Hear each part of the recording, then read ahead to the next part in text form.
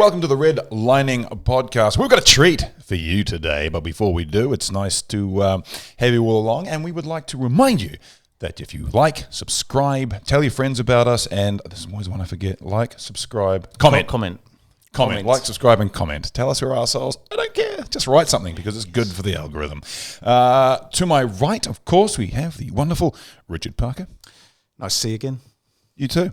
I'm not even going to make something funny. Let's just cut straight to it. Let's just get into it. I'm excited because we have New Zealand's Godfather of techno and house music. Ladies and gentlemen, Mr. Greg Churchill. Welcome, my friend. Thank you very much. Can we just make it house music? I don't think I'm anywhere near Godfather status for techno. There's a few other more worthy people than me. I've had a fleeting interest in the genre over the years, but my feet firmly remain in the house camp. And he's incredibly humble. Well, if you're the godfather of anything, just take it. It's great. How does it feel being called the Godfather of house in New Zealand? It was really weird. Suddenly people started calling me this, and I think it was Simon Grigg a long time ago who coined the phrase jokingly, and it kind of stuck. And I've only ever had one person turn around and accuse me or sort of said words along the lines of, "How dare you call yourself that?" And I'm like, well, I never have. I feel slightly sort of humbled and embarrassed because there are other people just as worthy, of the title. So I'll run with it. Yeah, but I mean, let's talk about your longevity in the industry, though. You started in, 1984, was it, something like that? That was on student radio. There was no such thing as house music or techno back then. And I kind of did sort of begin as a radio DJ, essentially playing just a real just mixture of music. There wasn't really the quantity of music that we're so used to today. There wasn't back then. And I sort of had a fleeting interest in what was termed just categorically black music back then, which would cover like funk, disco, African music, anything sort of dancey at all. Would that sort of be Northern Soul from the UK? Yeah, absolutely. Yeah. What radio station was it? There was it was 98 RDU, which is the student station in Christchurch. BFM obviously being part of the same sort of family that we have up here. Oh, that's awesome. So, what made you get into it? Just the love of music? Yeah, I always had a love of music. I was surrounded by an auntie who was always playing music at parties that we'd have at our house. And my mum, she, in her record collection had Motown records, and she was a big fan of Dionne Warwick. And so, as well as, Elvis Presley or, just countless whatever else was, being played a lot on the radio. I was surrounded by music, but I do remember there was a time when I was about 13 or 14, I remember hearing Jean-Michel Jarre, early Parliament, the Commodores, that sort of music. That wasn't to say that that's what I ran with and that's what I was into, but I do remember hearing those records and really loving them when most of my friends, they weren't interested. They were just, basically just ran with what was they'd hear on the radio, really. And I had part-time jobs after school, and then as soon as I left school, I ended up working in the post office, and all my money just went on buying music. And I sort of had a 2-year period after I left school before I went to university for another 5 or 6 years, and I just became absolutely consumed at the expense of what I should have been studying. Just buying music, listening to music, discovering music, the history of music. And again, it was just everything. And it wasn't top 40. It was music on the fringes, a lot of college American rock music that was happening, whether it was like Husker Du, The Replacements, that sort of thing that was happening. And, we're still like pre-house music at this point. And then I rocked up to the student radio station, I think in 83. They sort of said no. I tried again in 84. let me get the dates right. And Michael Higgins, thank you very much, Michael, for giving me, the opportunity and the chance. Gave me a show, and really, it just sort of everything just snowballed from that. I stopped studying. I quit my masters. My 5th year of study. What was the masters you were studying? I was studying. It was political science. All right. Okay. But again, I just wanted to be on the radio. I'd fill in. If there were people couldn't do their shows, I would be the first to put my hand up, to do those. I didn't. I think just being at university, taking the government money was just an excuse not to be working, and just to be, on the radio, spending that money on the latest imports that I could, I'd be running around all the record stores in Christchurch at that point, trying to be the first one into the boxes as they arrived. When did the transition from Christchurch to Auckland happen? That was a lot later. That was I came up here in February 1996. Oh, yeah. Oh, okay. Yeah, so there was a huge time period, and I didn't get into the DJ thing as such till 1989, purely out of desperation, because I'd accumulated. I was buying so much of house music, obviously, that had been going on for about 2 to 3 years prior to that, and there was a wealth of just amazing hip hop as well happening. No one else was really playing the music the way that I wanted to hear it anyway, which was akin to what you'd be reading and hearing, or stories from people coming back from Europe. And Was it a natural progression from buying or liking Motown to house music? What kind of happened around the mid-80s was I got absolutely sick to death of a lot of the music I'd been listening to. The rare groove scene was kind of this very retro thing that was really massive in the UK. I was sick to death of the American rock thing that was happening, and then suddenly house music just appeared and just fell on my lap, and I really just threw and sold all that other stuff just to be able to buy as much of the house music and the hip hop. You had the early Eric B's and the early Public Enemy. That was all happening at the same time, and it was all just a great fit. And it was music that really resonated with me for some reason. It almost felt like everything else I'd listened to at that point. This is where it finally was going to start to.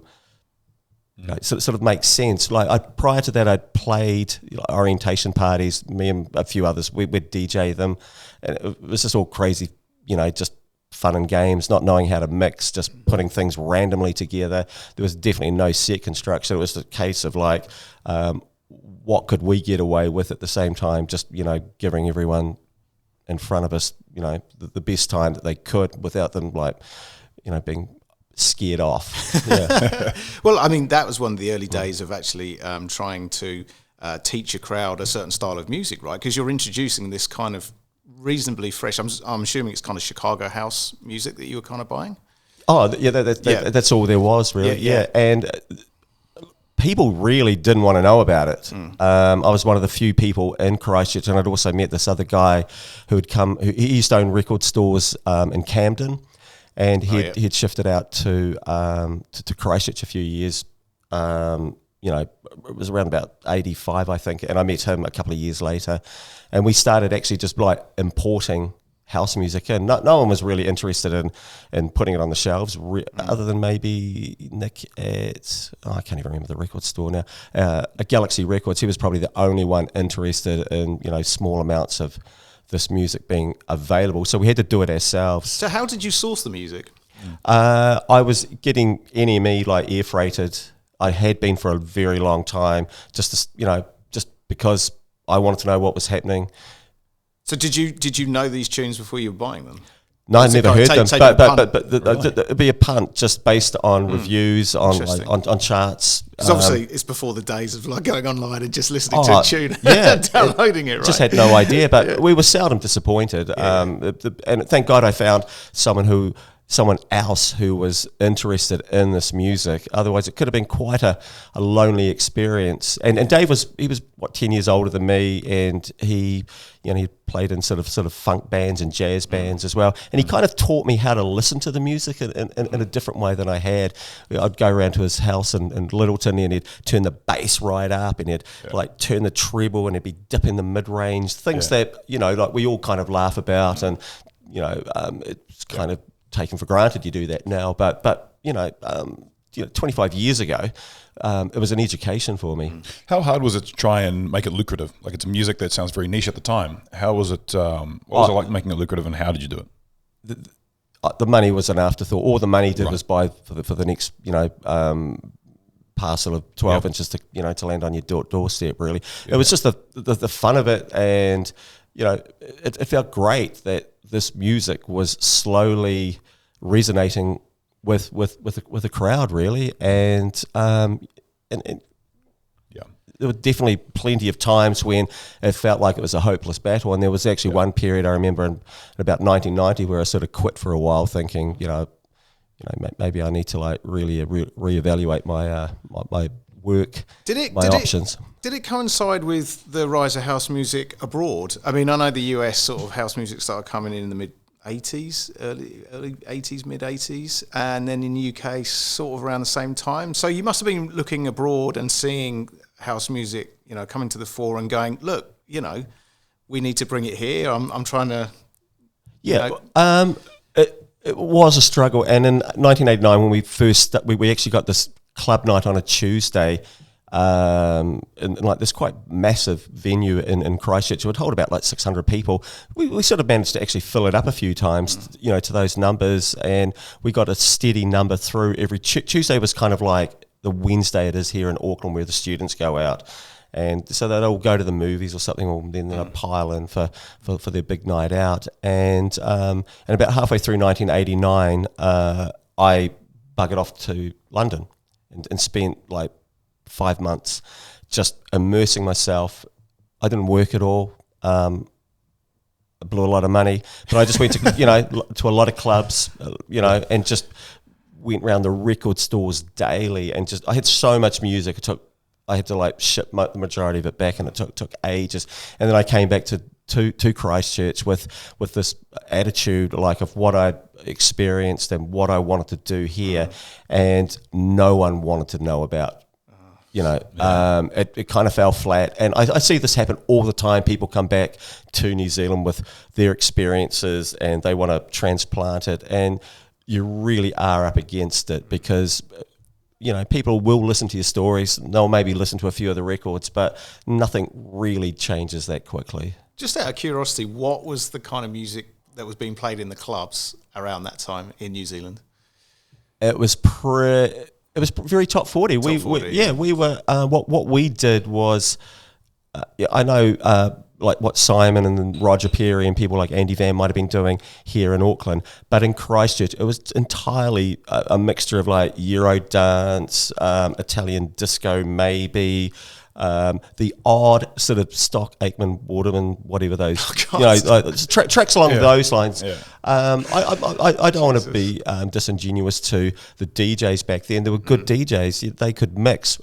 I was pretty shit to start with, but on the whole, it was pretty awful. And a reason probably why, like even in the mid to late 80s, I barely went out to a club at all. And then that reason why, my God, I want to hear this music out. We'll just do it ourselves. So when you went to London, was it like 1989, did you say? Yeah. Did you go to Shoom? Was Shoom open at that point? Danny Rampling's club? I don't remember. That's the right answer. I was there for 5 months, bought a lot of albums, don't remember anything. Yeah. I remembered I arrived on a Saturday. I was living in where I lived was in Holland Park. I was very fortunate to live in a very nice area. I went straight down to Portobello Road and just went into shop after shop and came back with like an armful of like a mixture of like reggae 12s and house 12s. Vinyl Solution was a record store that they spurned the guys that became Chicken Lips and Bizarre Inc. Yeah, and so I managed to like meet those guys, and they were really good at like pointing me in the right direction of where to go. So I arrived on the Saturday, got over the jet lag by Monday, went down to the Brixton Academy on the Tuesday night. Walked in there, there's like 1,000 people in there, and the first track I hear is French Kiss. First time you heard it? First time I'd heard it. Yeah. Man. Wow. Yeah. Oh no, that's Everyone remembers the first time they heard that track. Man. And it was a gay night. Man, there's a track that's still been remixed. Yeah. And I mean, yeah, when you hear that on the dance floor, just that riff. It's just hypnotic. I just love the orgasm in the middle. Not my personal one, obviously. But yeah, no, that's an amazing track. Okay, so you came back to New Zealand trying to promote house music. When acid house started coming in, is that something you started to get into as well? So the acid house had sort of happened, I reckon, before I went to the UK. It had a reasonable sort of reaction. At the end of the day, stuff that had a decent hook or a good vocal or that always seemed to work out. And, you know, I've got tracks by people like Armando and that who I sort of played them once or twice, and then I just knew it just wasn't going to work. At that point in time, God, now you can just put an acid house. You could play a whole night of acid house and people would just be totally down for it. Yeah. When did you think it became most accepted in New Zealand, like house music? Late 80s. No, late 90s. Late 90s. Sort of like when the Nice and Ehrlich thing crossed over. Yeah. The compilations started to appear. Yeah. And I remember at BPM Records, we'd just truck through those, and you could tell there was a real turning point where people were starting to actually get house music or understand it more than just like a core 300 people that might have been at the Box one night or down at Calibre or somewhere. That like suddenly you were getting like 1,000 people at these parties, and obviously the St. James Centre had a huge part of that when parties like Deep Hard and Funky started to appear, and you'd have like 3 or 4 rooms just all going simultaneously. You know, however you want to sort of genre size or whatever it is, 4/4 music, it was all 4/4. You know, pretty much wherever you went, you know, be like 2,000-3,000 easily people there, and then that just built. You know, when they took it to LSE Racecourse, like with Tim Finn and Our House, and I remember one gig that was like over 7,000 people there that night, and you could barely move up the escalator, you know, to whatever on the 4 floors where all the music was. You know, where was marketing coming from? Like, I'm from Pukekohe, and you know, 40-minute drive, but all my mates, all country hicks, a lot of my mates knew about it, loved it, would drive up here drinking Red Bulls, smashing it, and just go into these gigs. I wasn't so much into it back then. How? Because there was no George FM back then. How was that music accessible? I think George FM had a huge part. Like, so it's been going at least 20 years now. So, but late 90s, not so much. Oh God, I can't remember. I don't know. Obviously, BFM probably had a part to play. That they certainly did with the early Nice and Ehrlich, because they were doing that. Peter and Bevan were on that morning breakfast show, which was hugely successful. Mikey Havoc's, you know, he people like him and Jason Rockpig were playing a lot of house music as well. Yeah. I don't know. I often think, how did we communicate with each other before we had like text? I thought about that the other week. Yeah. Were we all ringing each other up endlessly? But also you think about music, it's you got your Spotify's and all those other ones. There's so much accessibility to everything now for nothing, and you can just touch it, and everyone has this. It's an endless, or seemingly endless supply of new genres that people have never tried before. And if you're brave enough to get out of the algorithm, you can dip your toe on all sorts of different things. And we can do that now. But back then, you just had to mixtapes. I used to go to a local record store in Brighton, and they had loads of illegal rave mixtapes, and I just used to buy a shitload of them and listen to them. Yeah. There was definitely a lot of that going on here. I don't know, there were the little fanzines and the little magazines, free giveaways with what was happening. it's fair to say I don't think the punters really knew a great deal of the music. Obviously, the bigger tunes that were starting to appear on the Ministry of Sound compilations or whatever sort of coming through. But on the whole, it's not like when we go out now and it's so easy to know a lot of the music. Well, it is and it isn't, because obviously a lot of the time I go out now and I'm like, I don't even know a single track I've heard all night. But there's definitely been a tipping point where punters know as much or can know even more than a DJ with the music that's available and out there. Whereas you go back to the late 90s, I think they were just happy to go, this is what the DJ's got. I remember the excitement when the drum and bass guys would come out here with all their dub plates, and every DJ would just be hovering almost as that DJ, whether it was Groove Rider or Goldie or A-Sides, or they'd all be hovering over trying to get a glimpse of what that track was, because that was basically a pointer to, what the next 6 months was going to offer back here for the drum and bass scene. That's a throwback to the northern. I go back to the northern soul scene in the 70s in Britain, where DJs were flying over to America and just picking up these really rare soul records just to be the only one that played it at that club. I mean, just to even think about that now, have a DJ play a song that no one else. The only way a DJ will play a song that no one else has is something they put together themselves, right? Yeah, well, I remember soaking off the label. Yeah, and I was fortunate because sticking a white one on it, like the number of promos I'd end up getting at at BPM, and I would write everything on the side that I wouldn't play. Yeah. So people would just be faced with white label after white label, and now I freaking hate it. Like when we were doing a black wax, I wish I actually just had the original with the artwork, with the labeling, and all these fucking white labels now just annoy the shit out of me. So why did you do the white label thing? So you get the white labels in advance, so they'll get sent to the record store, so we'd have at least an idea of what we could be ordering. Right. And they were just an absolute wank to have. They were just like gold. You turn up with like 30 white labels at a gig. And I, as I said, I used to write on the other side, so I knew exactly what I was playing. But and in many ways it just leans what we said about the Northern Soul scene and the whole dub plate thing with drum and bass DJs as well.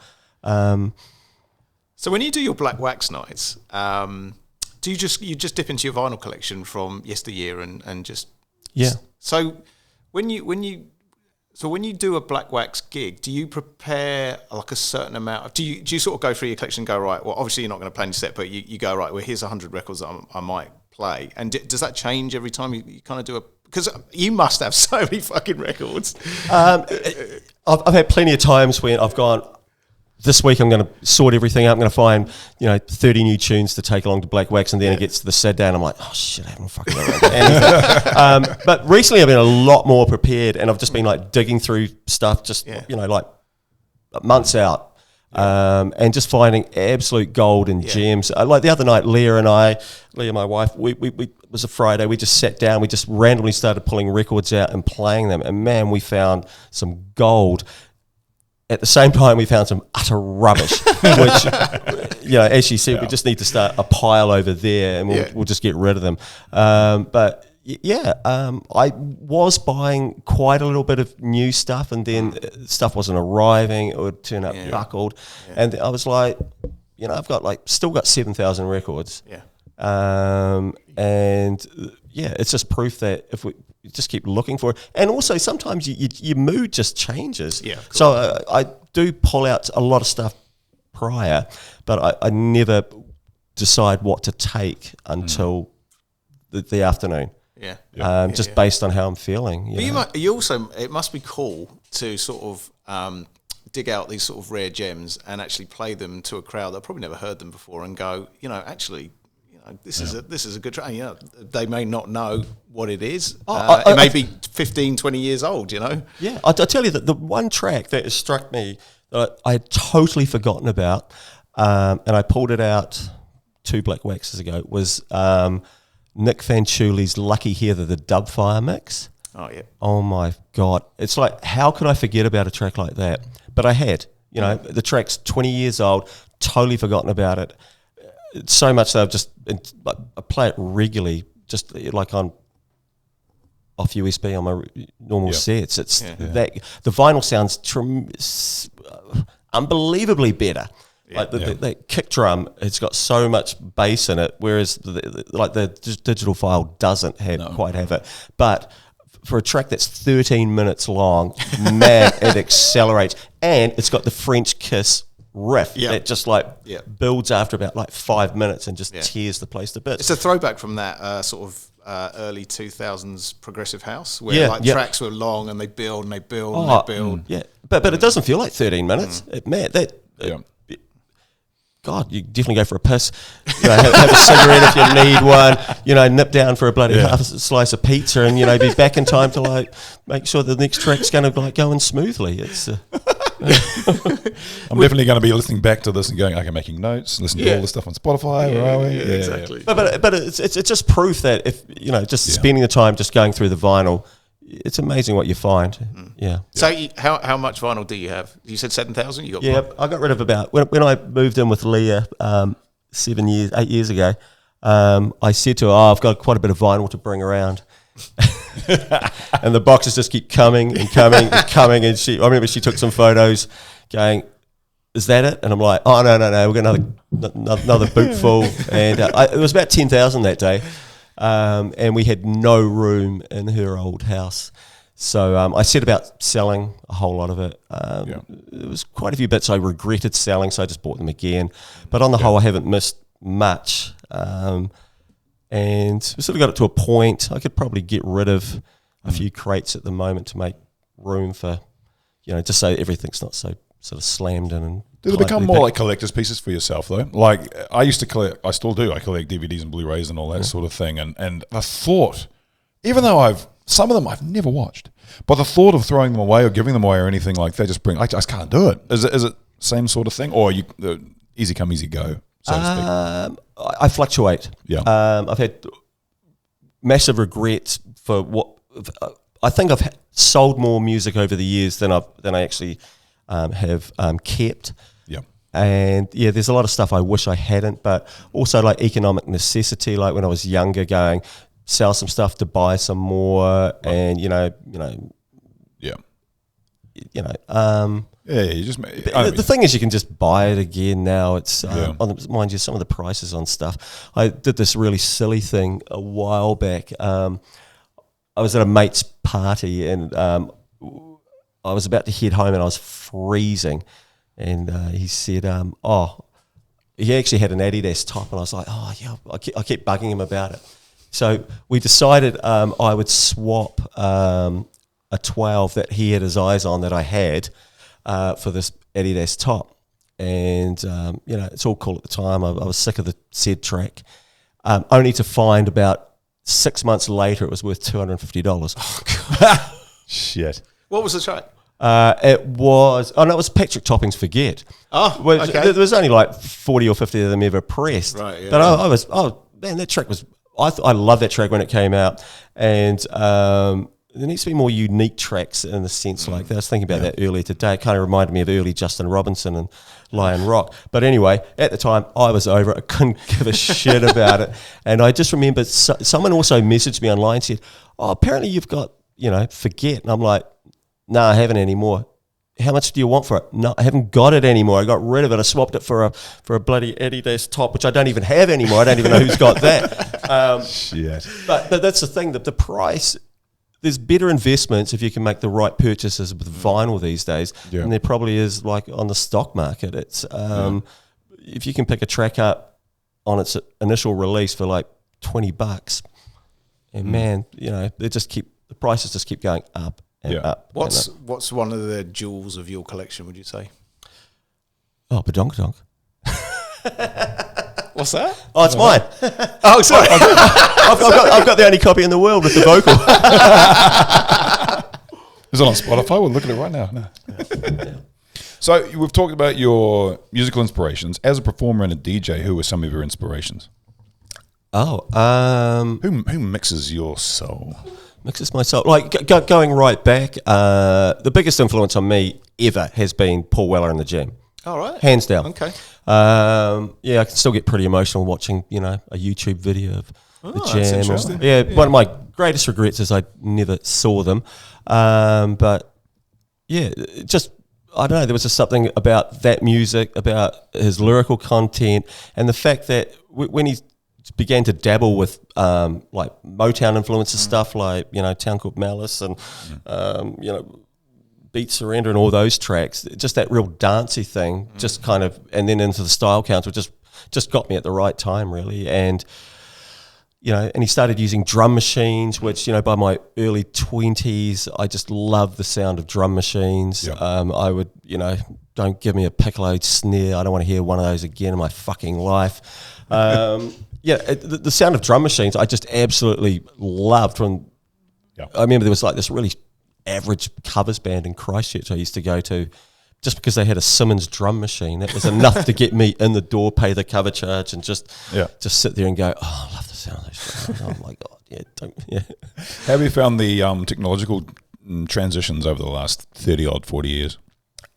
Yeah, they're fine. I don't want to go back playing vinyl full time. No. But you still dabble with it, or as a hobby, or so we do the black wax thing like once every like 2-3 months, but that's enough of a fix. There's too much stress involved. Oh Jesus! The fact that randomly a track's can just like out of the mix, and through no fault of your own, or just a lack of concentration or something. I think the thing is with it's not worth it. Vinyl decks, depending on where you go, they could be fucked, and if they're fucked and the where they are and the whole sort of situation of where they are isn't right, then it's just a pain, right? And just even with tech, if you're talking about technology, the fact that you can like cue a track on USB and you can change your mind a number of times just so quickly. Yeah. It's better for everyone. It's better for the dance floor if you actually have changed your mind and gone, hang on, no, I'm going to play that. And you're giving them a better experience as opposed to you've committed yourself to playing this track and suddenly you've run out of time to maybe mix it or, just all those factors. And the imbalance isn't really worth it, I don't think. Yeah. Would you give any substance to the argument that some people think that that vinyl obviously sounds better? That's not the argument. It sounds different. It sounds different, but when someone goes out to a club or a bar, they're not going to really give a shit about what you're playing as long as you're playing good music, right? Exactly. Absolutely. Yeah. So like the Nick Fanciulli track I was talking about, the vinyl definitely sounds better. But that's not to say that the vinyl would sound better through a different PA, a different head shell or whatever. There's so many factors in that chain before it reaches the audience's ear to why sound can sound so different from one medium to the other. What have you been doing over the past couple of years? Like COVID kicked in, changed everything for a lot of people performance-wise. Did you delve into anything different over that period? Did you indulge yourself in some other hobbies or anything like that music-wise? Yeah, I watched a lot of Seinfeld. True. I think we all did. Yeah, I'd run my course with South Park. After 6 or 7 times of seeing all those episodes, so I needed something new, and that's arrived. And you didn't get into this live streaming lark or anything like that? No, I'm proud of myself. Oh no, it's another live stream. He didn't sell out. Yeah. I'm more of a family guy myself, but carry on. I think it's difficult because let's talk about COVID because it's what we do, unfortunately. We love it. So the couple of years before COVID, you're pretty busy. The scene was pretty pumping here, and then COVID comes along, and then we have 2 years of stop-start events happening: red light, green light, blue light, fucking whatever light, and then we're back up and running again. But it's not the same. What is going on with the events scene in New Zealand at the moment? Are events fucked at the moment, and why? They're definitely not what they were, but I think New Zealand and Auckland isn't an isolated case of this. You read about this happening globally. You see the number of festivals that are folding. The number of 6 bars shut, apparently have shut this year in Wellington alone. When we came out of that first lockdown, it was just like one of the most glorious periods I can remember. Town was just humming. There were queues to get into wherever you wanted to go. You couldn't even get an Uber. That was the summer of 2021, wasn't it? 20 to 21. 2020, June-ish was the first one we got out of. Right. When we came out of the next lockdown, seriously, I can't even remember now. So we came out on New Year's Eve pretty much, didn't we? Yeah, for about 6 weeks. And it kind of hummed along. It was all right. And then the most recent, people just aren't going out. People just, they're a lot more cautious. They've got out of the habit. People discovered just the joy of having a house party, of hanging out with their mates. The cost of living, obviously. There's just so many variables.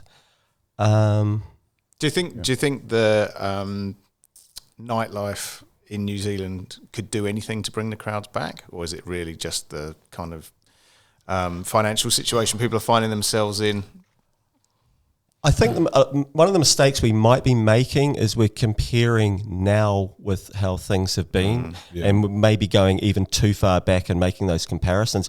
The game's changed, and I think we have to acknowledge that, and we have to find other ways to continue. Festivals have given people a way to go out and party and not have overtax their bodies and annihilate themselves for Monday morning. They're probably a lot more fun as well. The idea of being in a club doesn't obviously have the appeal now that it did when we were growing up, when we began to DJ or whatever. One thing I'm sort of I sort of see now is, I don't want to say this well, I'm going to say it. There's a lot of moaning about certain events and bars and clubs online. Now, is it because I've only just started noticing it? But what I find is that everyone seems to have an opinion on why something's not working, and obviously through social media. So is social media to blame for this, would you say? Okay.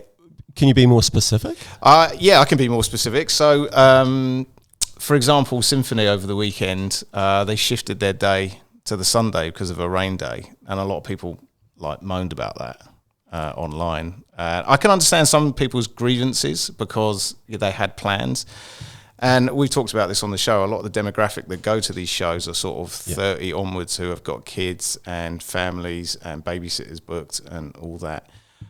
And obviously, because of the recent events with the weather in New Zealand, they wanted to be precautious and move that date. But there was quite a lot of criticism online. So do we need to separate the criticism of the scheduling of the gig itself as opposed to what the final product was here, though? Because I fully understand people's grievances with, if they're traveling from another city, they've got hotels, whatever, paid for, flights, babysitters, and the fact that it's better to party on a Saturday than it is on a Sunday. Okay, but at the same time, it seems like the final product actually delivered has been out of this world. And I'd played on maybe 6 or 7 symphonies, and I'd honestly got to the point where, I'd seen enough. Yeah. But this was enough to, after reading reports, seeing what people were saying online, to go, shit, I wish, I'd go to another one. Just because the experience sounded amazing. I think something what you might be getting at there is there's a minority of people that will vocally complain about something. Yeah, it's going to be an inconvenience for the date change, obviously, for most people. And I just think there's just a minority of people who get on and just complain, and it sort of degrades the quality, not the quality of the product, but the actual quality of the experience without even experiencing it. You know what I mean? Don't get me wrong, I wasn't supporting the fact that I was just being devil's advocate. I agree with what you. I think there is. People are creating and not realizing they're doing it by just getting on and bitching about something. I mean, social media has got really bad, it seems, in the last 6 months. Like, okay, so Yeah. you know, like I've got presence on Facebook, obviously, a little bit on Instagram, which I kind of couldn't care less about, really, Yeah. in many ways. But, you know, occasionally I'll think, oh, shit, I should post something on Instagram. Yeah. And then, Here's my dinner. Yeah. And, yeah. Yeah.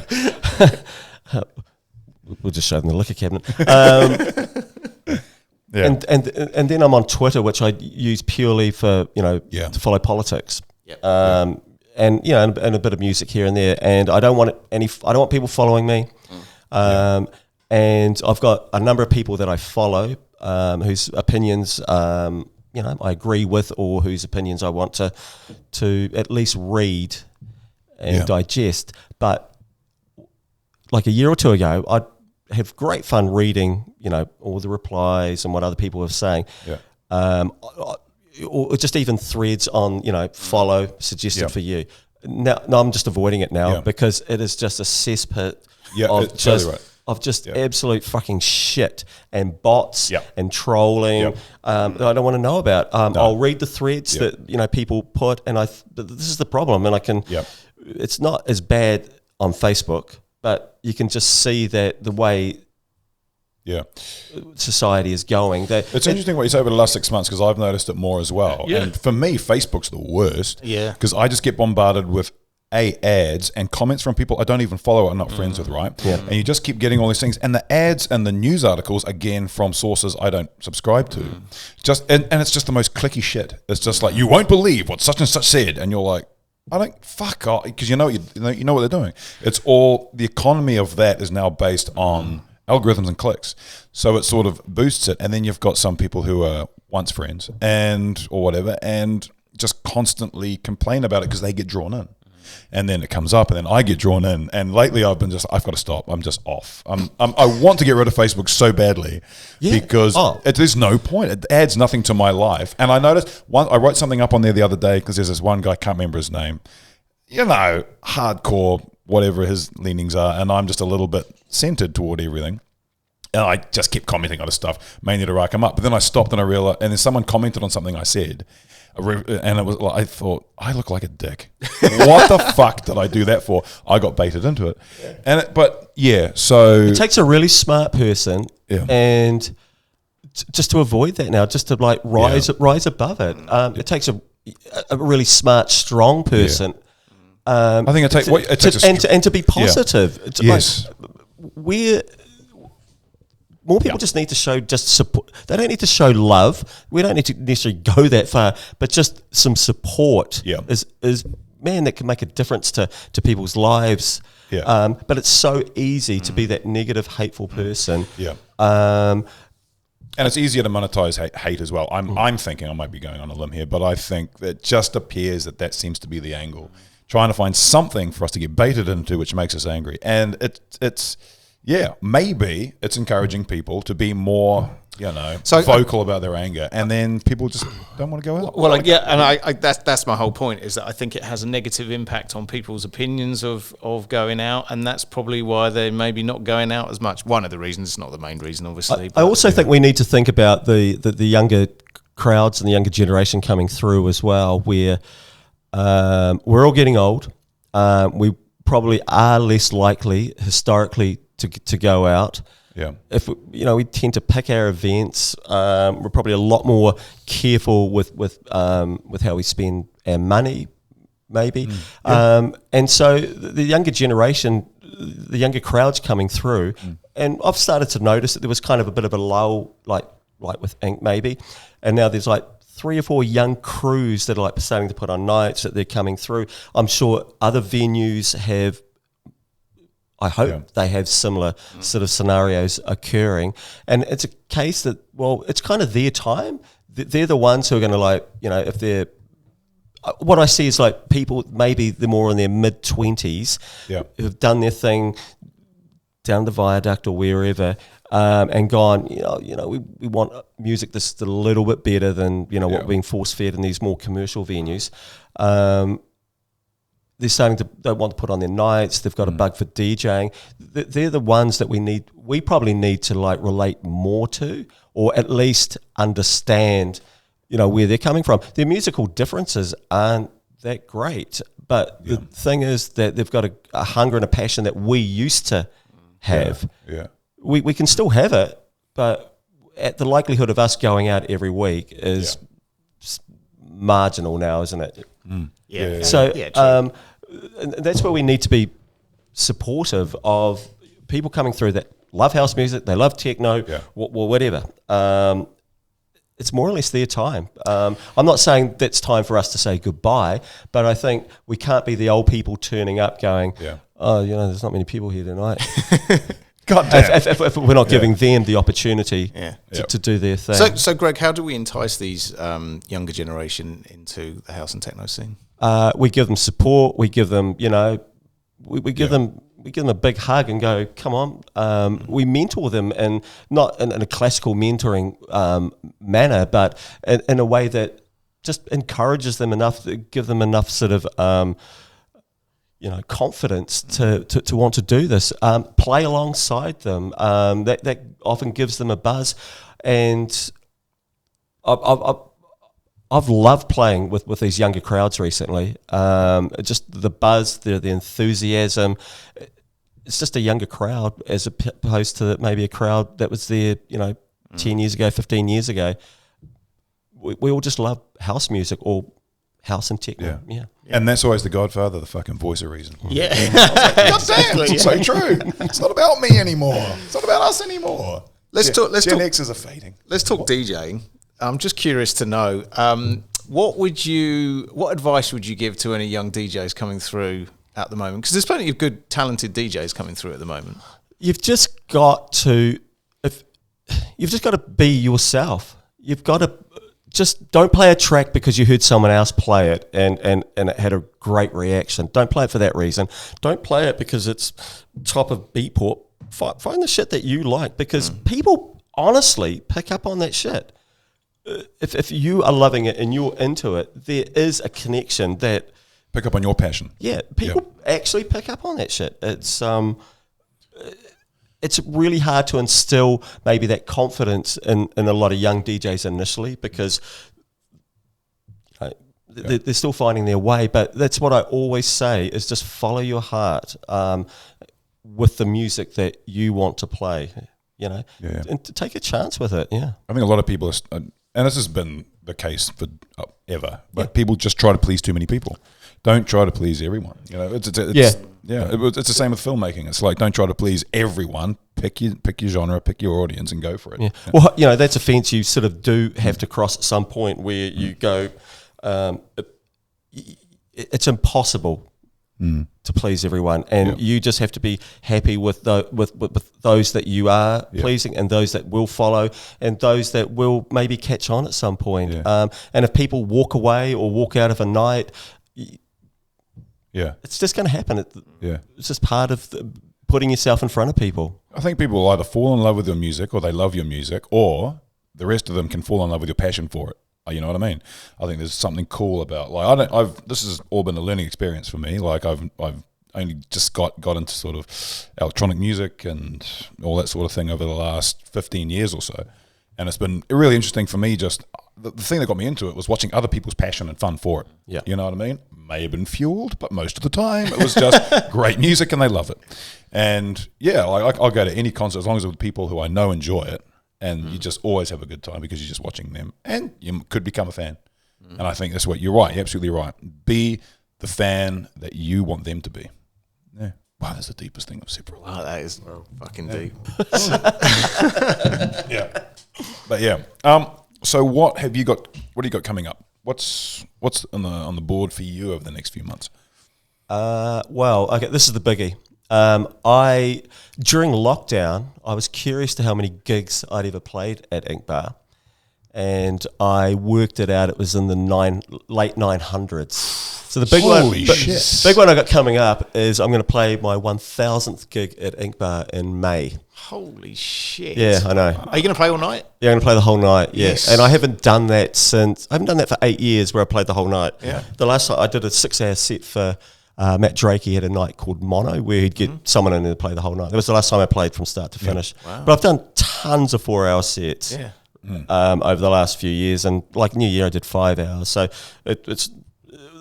the only problem I face is like you assholes who are going to try and get me drunk at an early stage. So it's all basically resting on my shoulders how well I can behave earlier on. Yeah. So when you're tasked with playing all night, are you going to mix the vinyl and digital up? I don't think I will take the vinyl.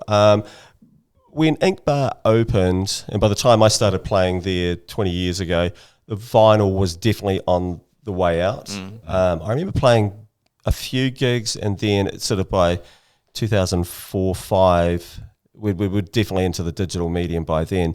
So I only want to play music from the 20 years that I've been playing there anyway. So there's not much vinyl to take. Okay. And again, vinyl just loads you down. Yeah. It's like, it'll just create this other little voice in my head about not fucking up, about, keeping it tight. And you do drop a degree of enjoyment as soon as you start playing vinyl as well. Do you have, because you've been in the game so much and you are seen as the Godfather, do you sort of have this thing where people go, he's not going to fuck up, this is Greg Churchill. What did he do? There's no pressure there, right? I know so many ways to get out of a fuck. You hear the train wreck coming a mile away. Yeah. That's gold. There's easy ways to get out of a train wreck with vinyl as well. It shouldn't really spin have backs. Yeah, spin backs. Loop the fucker. Just put it on that one. So what's just out of curiosity, as we're sort of talking about this, what's the biggest DJ fail that you've had in your career, would you say, on when you've been playing out live? A funny story, maybe. Say that again? What's the biggest DJ fail or funny story when you've been playing out over your career? Fail, okay. Because we talked to Josh Butler and he said he was playing and then the music just stopped and he didn't really know what to do after that. Probably there was a bit of a sort of it was definitely a crossroads for me. I was playing at the Worcester Bar about 1980, and I remember I made this colossal fuck up of a mix. I was playing Together's Hardcore Uproar. I can't remember the other track. And when I look back at Hardcore Uproar these days, that's a prick of a track to mix. Well, music back then, there was no emphasis on a kick even to sort of guide you if, you sort of were struggling a bit. It was all kind of toppy and mid-range with a feeble bloody 909 kick that was tuned so fucking high that, it shouldn't have even got past the cutting engineer. Anyway, I just remember I train wrecked that so badly that and it still sticks in my mind. I can picture it so vividly that I stopped drinking for 5 years. Oh, what? Yeah, I gave up drinking. I was like, am I taking this seriously or not? Yeah. And it was a real crossroads moment for me.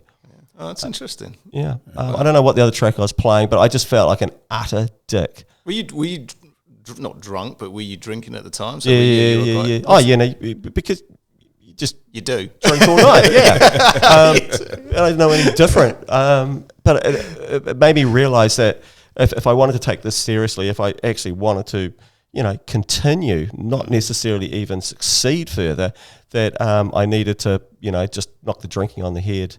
Yeah. And when I do play vinyl, I might have a couple of shots to, calm the nerves, and then nothing until I feel fully settled at all. If you're playing USBs, God, there's so many nights when you've just been you've drunk so much you can feel pretty shit faced.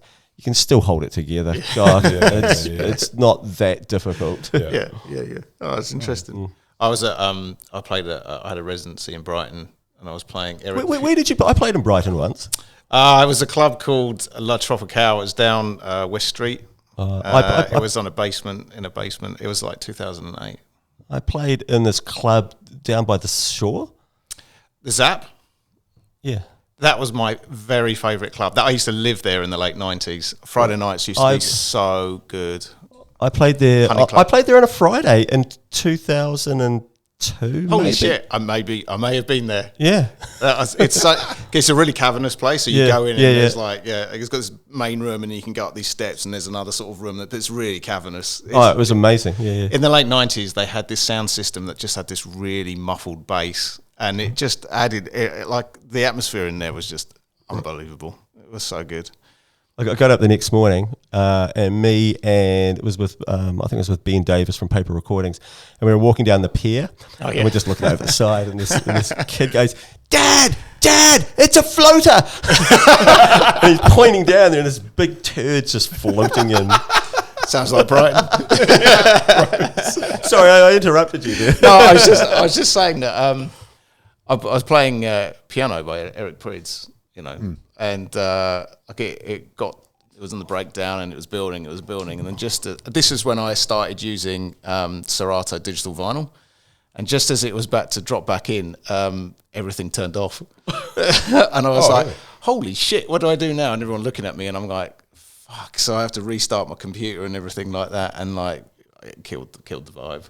So I was like, I was like, I went back on, I just started another track, and they said, "Oh, can you play it again?" I was like, it's kind of the moment's gone now, But technology. But when I played that 6-hour set, it was about 8 years ago. The fire alarm went off at Inc. Oh yeah, about 2 to 3 hours in. So we had to clear the whole place out, and then everyone just hung up the top while the fire brigade came down and they checked everything out. Everyone back in, and everyone just came roaring back in, and the night just didn't miss a beat, it felt. Oh, yeah. But there was that moment going, oh, fuck, it's over. Yeah. Yeah. Actually, I remember going to a night in 2000. Oh, no, it was like late 90s again at a student union where I can't remember who was playing. It was like some techno night, and the fire alarm went off, but everyone thought it was the music. So we were like just carrying on dancing in the fire alarm, and the security going, "You got to get out." Why? This is amazing. It's great. I've done with this. Oh, it's the fire alarm. So like they were trying to get everyone out, and then like we thought we'd be out for 5 minutes, and then they shut the club, and that was it. Hey, I know. Fucking hell. I remember the first time I played Human Resource Dominator. And it was this big warehouse party in Christchurch, and I remember I must have just got it and gone, drop the needle. Oh yeah, that sounds good. Oh yeah, play that. Played it, and it's got those bells that go off. Yeah. And I thought when the bells went off, because it sounds like a fire alarm on the track, I thought, oh shit, no way. and then it, it was like 16 bars later. The track continued. I'm like, is that a fire alarm? Got home that next morning. It's part of the track. Fucking hell. All right, Godfather. It is. We just come up to the hour now, and we'll wrap it up there. But thank you so much for coming in. It has been awesome and educational for me. That's flown that hour, I tell you. Yeah, didn't it? Yeah, it's been great to talk to you. I was like, oh my god, I'm getting filled up with so much. Look down, 20 minutes gone. Holy shit, we've got through a lot. Yeah. It's great. Thank you very much for dropping by. Thanks for having me. No worries. Anything you want to tell the crowd that you got coming up? Anything you want to divulge? May the 13th, come along. May the 13th. Yeah. We'll be there. That is going to be one packed Ink Bar. That'd be awesome. Oh, actually, just one thing I did want to ask you, right? So you played at Ink Bar for like 20 years. Over those 20 years, has any improvements been made to the toilets? Only to the women's. We did a shoot there in the daytime. Like, seriously. I don't quite get the toilet thing, eh? Like CBGB's, Bath Street in Dunedin, I've seen some shitholes of toilets over the years. And occasionally I've got, if I'm playing and I go to nip into the guys' ones and it's full, I'll just whip into the women's ones and have a quick bloody slash. And I don't know, what's people expect? What is people's expectation of toilets? Like, seriously, I go in there for like 3 minutes and you're out. I don't know. I think maybe like people's ideas of club toilets now are like more luxurious. I don't know. Yeah. Fuck knows. I just thought it was quite funny on that. Hey, I'm sure all these people go to festivals as well. Oh yeah. But the thing is, if you're cunning about a festival, you just seek out the best toilet. Like at Splore this year, there were some toilets tucked behind the main stage, and if you no one went to, if you went there, like they were gold. You could take a shit there all day. I think. They even smell good. It's quite nice. It's a good break from the fresh air. Yeah, exactly. Right. Once again, thank you very much for dropping by. Thank you. Yes, we'll be following you over the next wee while, and hopefully we'll get you back maybe in a year or so, and we'll talk more about how the retirement's going. Yeah, retirement, brother. Awesome. Thank you very much. Thank you. Wicked, Thanks, man. guys. Thanks, Greg. Cheers.